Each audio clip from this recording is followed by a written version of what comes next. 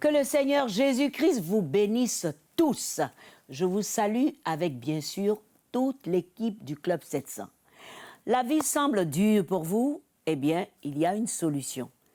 À votre portée pour vous aider.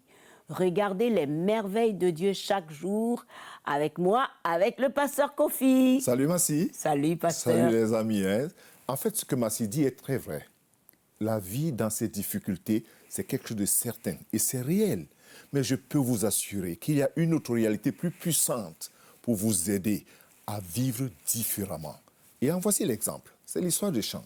Il avait un grand projet pour sa vie, mais un très grave accident est venu détruire tous ses rêves. Suivez l'histoire. Le sport, c'était ma vie. J'étais à 8 secondes de battre le record de l'école du 400 mètres.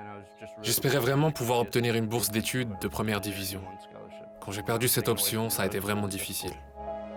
La vie de Sean English changea instantanément le matin du 2 avril 2017. J'allais à l'église avec ma famille. J'allais chanter dans la chorale et on a vu une voiture devant nous faire un tonneau et on s'est arrêté. Mes parents sont alors sortis de la voiture pour leur porter secours. Moi, j'ai d'abord appelé les urgences, puis je suis allé aider. En sortant de la voiture, j'ai vu qu'il y avait un médecin sur ma droite. Il s'agissait de Cynthia Ray, un médecin de la région qui s'était également arrêté pour aider les passagers de la Jeep. Bien sûr, nous devions attendre les premiers intervenants. Mais je me sentais un peu plus rassuré parce qu'il y avait un professionnel avec nous. Avant que Sean et Cynthia n'aient pu atteindre la Jeep, un autre conducteur arriva dans ce virage et perdit le contrôle, renversant Sean et Cynthia. Et j'ai levé les yeux et je voyais le ciel. Je pensais rêver. Je ne savais pas ce qui se passait. La voiture m'avait arraché le pied et il ne me restait que mon talon. Il était conscient et parlait. Il n'arrêtait pas de dire « Je dois m'asseoir, aidez-moi à m'asseoir ». Mais je savais qu'il ne pouvait pas s'asseoir. S'il voyait son pied, il allait avoir un choc, alors je l'ai retenu au sol. Elle a dit « Ça va aller », j'ai dit « D'accord ». Et elle a chanté une comptine qu'elle chantait pour m'endormir quand j'étais enfant. Comme dans les films, quand quelqu'un est mourant. On lui chante une chanson pour le mettre à l'aise et lui permettre de partir en paix. Mais je n'étais pas prêt à partir. J'étais effrayé, j'étais inquiet. J'avais peur qu'il ne s'en sorte pas. La prière, nous avons immédiatement commencé à prier. J'ai demandé à prendre sa place. Je savais que ce n'était pas possible, mais j'ai quand même demandé. Les premiers intervenants arrivèrent et on s'occupa de tous les passagers de la Jeep, qui finalement se rétablirent tous. Mais Sean et le docteur Ray furent emmenés d'urgence à l'hôpital Henry Ford. Tragiquement, Ray mourut quelques jours plus tard. Ça m'a vraiment frappé. Cette femme a vécu 43 ans, je crois, et j'ai été la dernière personne à qui elle a parlé. Je me souviens avoir regardé autour de moi, comme si je me réveillais d'une sieste, mais j'étais dans une chambre d'hôpital, et il y avait tous ces bips, ces infirmières et tous ces gens. J'avais été intubé. J'ai reçu un bloc-notes et les 5 premières questions que j'ai posées furent « Papa va bien? Est-ce que tout ça est bien réel? Suis-je paralysé? Qu'est-ce qui se passe? Et quelqu'un peut-il me gratter le front ?» Finalement, l'état de Sean se stabilisa. Les médecins explorèrent les options pour sa jambe droite écrasée. Ils ont dit qu'il y avait soit la possibilité de mettre une prothèse pour la partie manquante du pied, soit de devoir amputer sous le genou. Nous faisions tout un tas de recherches, parce que tout cela nous était complètement étranger. Aucun de nous n'était un professionnel de la santé. Et nous en parlions tout le temps avec Sean. On lui donnait toutes les informations. Alors j'ai dit, je ne vais jamais être plus jeune, alors autant le faire maintenant pendant que mes os et mon corps peuvent encore travailler en ma faveur et m'aider à guérir. Sean perdit sa jambe et reçut une prothèse. Il commença ensuite à s'adapter à son nouveau mode de vie. 6 heures de thérapie par jour, pendant environ 2 mois. Ce n'était pas amusant, mais c'était rassurant parce que chaque jour, je devenais plus fort. Chaque jour, j'allais mieux. Le plus dur a été d'apprendre à marcher avec cette prothèse, à lui faire confiance malgré l'absence de mon pied, et à utiliser mes hanches et mes cuisses à la place de ma cheville et de mes mollets. Sean, qui était chrétien depuis l'âge de 12 ans, savait que sa foi en Dieu le soutiendrait. J'avais ma confiance en Dieu. Quoi qu'il arrive, c'était entre les mains de Dieu. J'ai vite compris que j'avais besoin de parler aux gens. Peu importe ce que je traverse, peu importe ma force, j'ai besoin d'aide. J'ai besoin des autres, que ce soit ma mère ou un thérapeute. C'était incroyable de voir comment il gérait son rétablissement. Des amis de l'école venaient et la première fois qu'ils le voyaient, ils découvraient sa jambe. Et on pouvait voir que la moitié de la jambe avait disparu. Alors, il s'effondrait et pleurait. Et c'est Sean qui les réconfortait, et même avec humour. Sean apprit plus tard que le jeune homme qui l'avait renversé conduisait en état d'ébriété. Au début, Sean fut en colère. Mais il finit par choisir le pardon. Je n'approuve pas ce qu'il a fait. Ce qu'il a fait est illégal et moralement incorrect. Mais je veux l'aider à aller de l'avant, et j'espère qu'il pourra voir la lumière de Dieu. Je me suis dit que si j'étais rancunier et que j'allais au tribunal en explosant de colère, en lui criant « Pourquoi m'as-tu fait ça ?» ça n'allait pas l'aider. Alors j'ai dit « Écoute, si tu as besoin d'aide, je suis là. Je suis de ton côté. Je suis vraiment pour toi. Je te pardonne pour ce que tu as fait. » Alors qu'il commençait à s'habituer à sa nouvelle jambe prothétique, il se fixa 2 objectifs. Danser au bal de fin d'année et courir un dernier 400 mètres. J'ai d'abord pensé que c'était un peu exagéré, et j'ai beaucoup hésité. J'ai hésité à abonder dans son sens.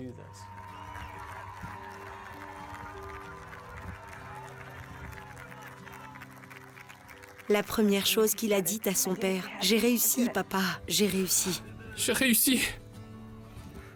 J'étais très fier de lui, et je le lui ai dit ce jour-là. La Bible parle beaucoup de pardon et de la façon dont nous devons agir et de ce que Jésus voudrait que nous fassions. C'est important pour moi. Que ferait Jésus à ma place? Je ne suis pas content de ce qui s'est passé, mais je veux avancer. Ce qui s'est passé, c'est du passé. Et je ne veux pas que cela influence mon présent ou mon avenir. Son attitude tout au long de cette affaire n'a jamais été celle de celui qui demande « Pourquoi Seigneur, pourquoi moi ?» Il se disait plutôt « Qu'est-ce que je vais faire pour avancer ?» Le rétablissement et la force de Sean m'ont démontré que sa détermination est plus forte que son handicap. Oui, il a perdu sa jambe, mais il n'a pas perdu la vie. Le docteur Ray a perdu la vie. Sean essaye d'honorer sa mémoire en faisant le bien et en aidant les autres. Je veux que cette histoire aide les gens. J'espère simplement que la douleur que j'ai endurée puisse aider d'autres personnes à se dire « S'il a pu le faire, alors je peux le faire aussi. » La vie, la joie, la paix, la réussite, qui ne rêve pas de ça? Les bons projets, c'est le désir de tous. Mais souvent, les lignes droites pour la réussite prennent des tournures bizarres ou compliquées, voire même dramatiques, qui font perdre totalement tout équilibre. Alors que faire? Eh bien, comme Sean, se tourner vers son Créateur. Et quand ces drames destructeurs de nos bons projets arrivent à cause de la méchanceté de quelqu'un, que faire en plus? Encore, se tourner vers Dieu qui seul fait toutes choses. Les pourquoi, les comment et les solutions. C'est là quelques règles s'imposent. Oui, là quelques règles s'imposent. 1. Croire en Dieu par Jésus-Christ. 2. Pardonner, même quand c'est difficile. 3. Faire confiance en Dieu pour un nouveau départ, car tant qu'il y a le souffle de vie, tout est possible à celui qui croit. Croyez en Dieu et croyez en Jésus-Christ. C'est lui-même qui l'a dit.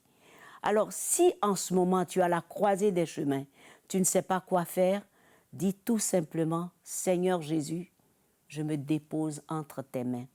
Je compte sur ta grâce, car tu as des plans de bonheur et de paix pour moi. Ça, c'est quand tu connais Jésus. Mais quand tu ne connais pas Jésus, tu fais une autre prière. Seigneur Jésus, je te donne ma vie. Je te demande pardon pour tous mes péchés. À partir de maintenant, je ne suis plus mon maître. Mais toi, tu es le maître de ma vie et je suis devenu enfant de Dieu. Alors, tout ce qui concerne ma vie, Seigneur, je dépose dans ta main. Si tu as fait cette prière, bienvenue dans la famille de Dieu et demeure béni au nom de Jésus. Amen. Amen, merci. Merci beaucoup. Les amis, vous avez été enrichis. Et c'est combien c'est riche, vraiment riche. Mais ne vous éloignez surtout pas. À tout de suite.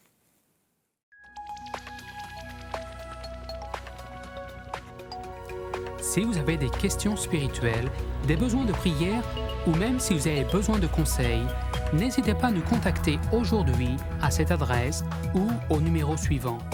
Nos conseillers sont là pour vous aider. N'oubliez pas, nous sommes là pour vous.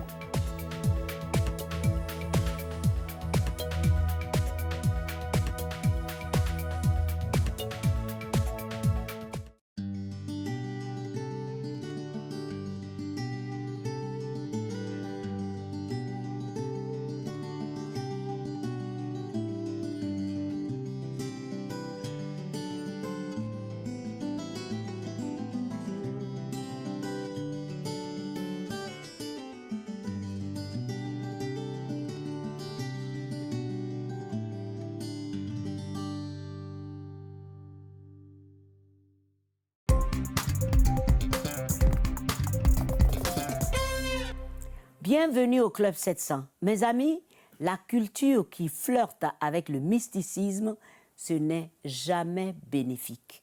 Et notez comment Olivier fut longtemps terrifié, traumatisé par des esprits. Il était sans solution de délivrance jusqu'à un jour devant un écran de télévision. Devinez. Cette nuit-là, Olivier fit de nouveau une expérience paranormale. Le drap dont il a été couvert fut remplacé par celui qui était sur son lit. Bon, ce que je peux dire, je n'avais pas peur. J'essayais de me maîtriser pour comprendre ces phénomènes. Donc voilà ce que je peux dire, je n'avais pas peur. Le jour suivant, Olivier fit une autre expérience aussi étrange que la première. Je constate que la télé s'éteint, la lumière aussi, je ne comprenais pas. Pris de peur, Olivier alla consulter des prêtres vaudous. C'est elle qui a donné l'indication qu'il y avait un esprit qui est un vaudou du nom de Dan, à qui j'étais dédié. Donc c'est lui qui faisait ça, donc il fallait que je fasse des cérémonies. Après ces rituels, Olivier s'attendait à avoir la paix, mais il était toujours en prise avec les démons. Donc, quand je me réveille, je voyais quelqu'un à côté de moi, habillé en tout noir. C'est-à-dire, d'un regard de 30 secondes, et puis la personne disparaît. Christ, quel bonheur. Bonjour, pasteur. Bonjour. Alors qu'il était désespéré, il alluma la télé un jour et tomba sur l'émission Le Club 700. Il y avait un cas, ils avaient fait repasser l'émission, quelqu'un qui était presque dans le même cas que moi. Donc, il a fallu qu'il donne sa vie à Dieu. Donc, c'est comme ça qu'il a vu le monsieur, il y a eu une transformation dans sa vie. Les esprits qui le maltraitaient, il n'était plus, c'est-à-dire ses esprits sont partis, il est devenu libre. Ça m'a beaucoup touché. À la fin de l'émission, Olivier contacta le représentant du Club 700 en Côte d'Ivoire. Ce dernier pria pour lui et il accepta le Seigneur Jésus et l'orienta vers une église locale. Olivier fut complètement délivré de l'emprise des démons. Aujourd'hui, Olivier sert le Seigneur dans cette église comme pasteur. Je remercie le Club 700. Je vous remercie du fond du cœur. Que le Seigneur vous bénisse abondamment. Le piège de la peur. Est-ce que vous savez que la peur est un piège? De nombreuses personnes sont assises sur un nid de serpents qui engendre des peurs diverses. Et il existe un grand nombre de différentes peurs qui ne peuvent être mentionnées en si peu de temps. Mais il est bon de savoir et de comprendre que la peur est un piège. C'est très important, les amis. C'est un nid d'aspic que plusieurs personnes couvrent. Je ne dis pas couvrir, je dis couver. Et c'est ce nid d'aspic de la peur qui paralyse et apporte le tourment intérieur, de la confusion, de l'anxiété et toutes sortes de pensées de peur sont mortelles si on ne les rejette pas directement. Il faut toujours savoir se débarrasser de cette mauvaise habitude qui consiste à couver des pensées nuisibles, car cela détruit et empoisonne l'existence d'une personne. C'est un conseil que je vous donne. Il faut aussi savoir que la peur commence par une pensée négative. Et le genre de pensée que nous entretenons en nous, qui donna suite à la question que le Seigneur Jésus posa à ceux qui l'écoutaient à l'époque. Il avait dit, Pourquoi avez-vous de telles pensées dans votre cœur? Pourquoi entretenez-vous de telles pensées en vous? En conclusion, qu'est-ce que je voulais dire? Il faut savoir que la peur, malgré ce fait qu'elle peut être considérée comme naturelle, reste néanmoins un péché. Pourquoi un péché? Parce qu'elle accuse Dieu de négligence. Et que par elle nous dérobe de toute confiance dans la sollicitude et l'amour de Dieu pour nous. Aussi, les amis, un autre conseil, il est bon d'amener toute pensée captive et la soumettre à l'obéissance de Christ. De dire maintenant, Seigneur Jésus, j'amène toutes mes pensées captives à l'obéissance du Saint-Esprit. Répète seulement cette prière. Plusieurs parmi vous, vous êtes tourmentés par des pensées tellement négatives, des pensées de suicide, des pensées de meurtre, des pensées de crime, des pensées de vol, des pensées de drogue. Je voudrais que tu répètes cette prière. Seigneur Jésus, j'amène toute pensée négative en moi et je soumets cela au contrôle du Saint-Esprit. Seigneur Jésus, j'amène toute pensée captive en moi, surtout lorsqu'elle est négative, sous tes pieds et sous le contrôle du Saint-Esprit. Et en ce moment même, Seigneur, je t'apporte mon cœur et je prie que tu sois mon Seigneur et mon Sauveur personnel. Alors je prie pour ceux-là dont les pensées sont devenues comme une oppression. Au nom de Jésus-Christ de Nazareth, par la puissance du Saint-Esprit, je vous libère de toute captivité dans votre esprit. Et je prie que la puissance du Saint-Esprit renverse toutes les forces occultes qui tiennent certains parmi vous captifs. Dans le nom de Jésus. Alors répétez avec moi, Amen. Et libère ton cœur. Respire très bien. Que Dieu te bénisse. Mais ne nous quittez pas. À tout de suite.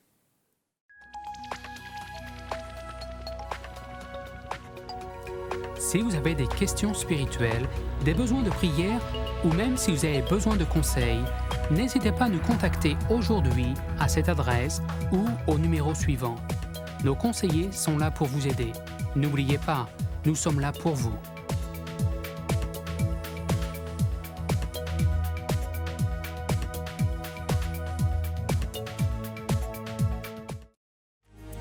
Découvrez encore plus avec Chris, Joy et Gizmo.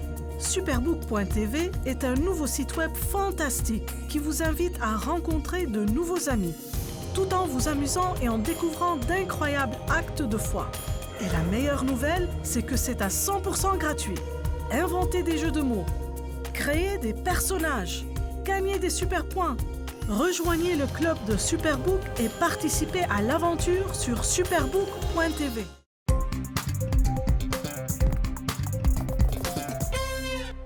Merci de nous retrouver pour continuer l'émission avec les réponses aux questions. Ah oui. Ah bah tu es tout souriant, tu es prêt on dirait. Pasteur, est-ce que Dieu nous écoute mais décide de ne pas nous exaucer? Oui et non. Parce que même le silence de Dieu est une réponse. Il faut aussi savoir que lorsque nous faisons certaines requêtes à Dieu, qui ne cadrent pas dans sa volonté, il ne va pas nous exaucer. Il reste silencieux alors. Il reste silencieux. Mais qu'il nous dise « je ne veux pas ». Non, mais le silence est déjà une réponse. Il décide de rester silencieux. En fait, une façon qui est peut-être difficile à l'homme de comprendre, c'est le silence de Dieu. Mais le silence de Dieu ne veut pas dire son absence. Ça, c'est ça aussi. Ce n'est pas parce que Dieu est silencieux devant une prière ou des prières que je fais qu'il est absent. Non. On peut le voir, ça même au niveau des parents, de la famille. Tu peux venir voir ton papa, tu lui poses un problème, une question, mais il te regarde. Mais le fait de te regarder, c'est déjà une réponse. Il est en train de te dire, soit attends, soit ta demande là, elle ne cadre pas avec ce que tu... Juste son regard te suffit. C'est aussi comme ça que Dieu fait. Son silence ne veut pas dire son absence, mais son silence ne veut pas non plus dire qu'il a décidé de ne pas exaucer. Okay. C'est une manière de nous répondre. C'est important. Seigneur, ta grâce. Ta grâce, comme tu dis. Est-ce que Satan met une barrière entre Dieu et nous et l'empêche de nous écouter? La première réponse ici, c'est que la Bible nous enseigne que ce sont nos péchés qui sont des barrières entre Dieu et nous. Le diable vient en second lieu. Je préfère le mettre ainsi. Ouais. Il vient en second lieu parce qu'aujourd'hui, on dessine le diable sur tous les murs de la maison. Chaque jour, le diable, le diable, le diable. Quelqu'un vit dans le péché, il pense que c'est le diable. Quelqu'un vit dans une vie malhonnête, il pense que c'est le diable. Non, ce n'est pas le diable. Mais le diable aussi joue ce rôle-là. Surtout lorsqu'il sait que notre marche avec le Seigneur n'est pas correcte. Même quand notre marche est bien correcte, il peut s'opposer, mais il ne peut pas empêcher que Dieu exauce ce qu'il veut faire. Il peut retarder la chose, mais ne peut pas empêcher l'exaucement de la prière d'un enfant de Dieu. Dieu est Il trop peut puissant. plutôt retarder la chose, mais il faut persévérer. C'est pour cela que la Bible nous appelle à persévérer dans nos prières. Parce qu'il rôde comme un lion, il cherche. Mais la première chose, c'est que ce sont nos péchés qui mettent une séparation entre Dieu et nous. Enlevons le péché, nous allons voir la face du Seigneur. Merci, pasteur. Alors, une autre, comment communiquer avec Dieu avec certitude? Ça, c'est une très bonne question. J'aimerais dire à tous ceux-là qui veulent communiquer avec Dieu, avec certitude, la voie par excellence, c'est sa parole. Il y a des prophéties, il y a des révélations, mais tout doit cadrer selon les Écritures. Dieu nous a parlé de plusieurs manières, nous dit la Bible dans Hébreu. Dans ces derniers jours, il nous parle par le Fils qui s'est révélé dans les Écritures. Donc la parole de Dieu est la voie par excellence où on peut communiquer plus aisément et avec certitude avec lui. La parole de Dieu. Malheureusement, Massi, beaucoup de personnes aujourd'hui ne sont pas les habitués des Écritures saintes, de la Bible. Non. Plus on s'habitue à la Bible avec un cœur dévoué, plus on comprend Dieu avec certitude. Il nous parle avec sa parole. C'est important. Merci, pasteur. Une dernière? Tu as le temps? Oui. Alors, pasteur, je suis chrétien et je suis marié à un musulman. Je veux me séparer. Que faire? Je ne conseille pas. Si. Je ne conseille pas parce que ma Bible ne m'enseigne pas que Dieu approuve le divorce. Et puis, même si on était déjà marié avant et puis on s'est converti après, parce que mon mari est musulman ou bien ma femme est musulmane, ce n'est pas une raison pour se séparer. Qui sait si par moi, il faut que je vive ma vie chrétienne normalement auprès de lui, auprès de la personne. Dieu ne nous appelle pas à ce genre de séparation. Je n'encourage pas ce genre de choses, ni la Bible ne l'encourage pas. Donc, je ne pense pas que parce que tel est ceci ou cela, mais si on est marié, c'est déjà un droit. Notre Dieu respecte le droit. Et le droit, et la justice, je veux dire le droit et la justice. Donc, non, il ne faut pas le faire. Il faut vivre sa vie chrétienne normalement en priant pour son conjoint, pour que le Seigneur se révèle aussi à la personne. C'est très important. Très, très, très important. Vraiment, merci d'avoir répondu. Je vous encourage à envoyer toujours vos questions. Avec plaisir, le pasteur va répondre. Déposez-les dans nos bureaux, déposez-les sur Facebook ou sur notre site et vous allez avoir des réponses comme vous venez de voir. Allons voir maintenant comment le petit Kidimo, qui avait une douleur cruciale depuis l'âge d'1 an, il se demandait comment faire. Je parle des parents. Mais les amis du Club 700 ont trouvé la solution avec Sibienne. Regardez. Kidimo vit dans un village Maasai traditionnel. Quand il a eu 1 an, il a développé une hernie. Pendant des années, sa famille essaya tout ce qui était possible pour l'aider, mais sans aucun résultat. Il ne jouait pas comme les autres enfants. La plupart du temps, il restait assis et il mangeait rarement. Parfois, il s'évanouissait à cause de la douleur. Sa famille l'emmena dans un hôpital local où 2 interventions chirurgicales furent pratiquées, mais il n'y eut aucune amélioration. Par la suite, ils essayèrent de le soigner par leurs propres moyens. Tout ce que les parents de Kidimo pouvaient faire dans leur village était de lui donner un remède traditionnel qui n'était qu'une sorte de thé fait avec des herbes, des racines et de l'écorce d'arbres. Parfois, cela soulageait un peu la douleur, mais de toute évidence, cela ne suffisait pas pour traiter une hernie. Kidimo s'affaiblissait de jour en jour. J'ai perdu tout espoir et j'ai cru qu'il allait mourir. Puis l'hôpital local les a confiés à African Mission Healthcare, qui est soutenu par CBN. Nous avons organisé et payé l'opération de Kidimo. Peu après, il s'est senti beaucoup mieux. Kidimo est un enfant complètement différent maintenant. Il joue et mange autant qu'il veut. Il serait mort sans votre aide. Maintenant, il va vivre et avoir une bonne vie. Je sais que la main de Dieu est présente dans tout ça. Merci CBN de lui avoir rendu la santé. La fidélité du Seigneur. N'est-ce pas merveilleux, ce petit qui souffrait depuis l'âge d'1 an toutes ces années-là, et puis si bien fait, le point en appelant tout le monde, en demandant aux uns et aux autres. La cotisation a permis à Kidimo de vivre. La cotisation, finalement. On peut décrire son histoire comme l'histoire de cet homme aveugle-né. Dans la Bible, on dit que cette maladie n'était pas pour la mort. Ouais. Elle était pour démontrer l'amour et la gloire de Dieu, mais au travers de ses enfants. Parce qu'il y a eu un cri et il y a eu une réponse à ce cri. Et les gens se sont levés, c'est-à-dire CBN, avec tous les acteurs qui constituent CBN pour aider pour la guérison de cet enfant. Oui. Donc, c'est pour ça que je dis la cotisation. Vraiment. Ça me fait rire. Mais bon, c'est vrai que dans les grandes familles africaines, on dit, bon, on va se cotiser pour pouvoir aider telle personne. C'est un peu la même chose. C'est la même chose. On va mettre nos efforts ensemble, on va vraiment démontrer notre amour, et puis on va... Bon, mais comme tu as choisi le mot cotisation, on va dire aux gens aussi aujourd'hui maintenant, entrer à la cotisation. Mais ça, c'est plus l'amour. Oui, c'est pas une obligation. C'est pas une obligation. C'est pas une obligation.